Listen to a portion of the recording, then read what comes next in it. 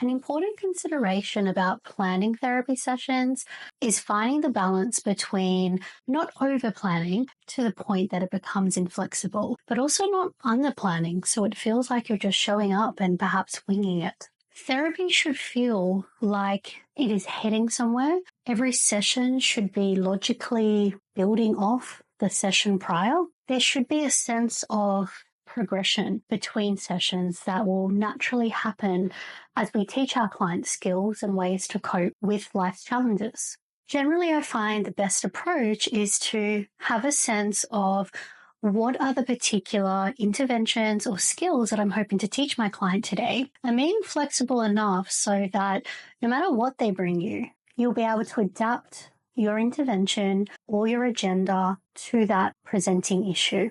We don't want to overplan to the degree that we become inflexible or unable to go where that session organically needs to go. But we also don't want to arrive at therapy with no sense of what we're doing, what we should be working on, and therapy feeling like we're just treading water here, but not quite progressing to that client's goals. What I recommend is to have an agenda, set that collaboratively with your client, make sure that that agenda builds off your therapy goals, but also flows on from what you've already been working on in therapy, and carve out time for things that feel important for your client to discuss that may not necessarily be part of the specific goals that you're working on at that point.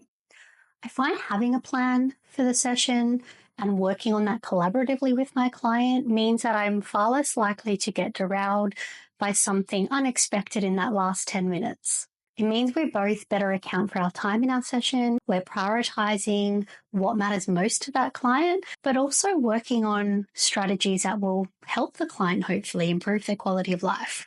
I'm curious how everyone else goes with balancing the need to plan for their sessions, but also allowing some flexibility for that client. Let me know in the comments below.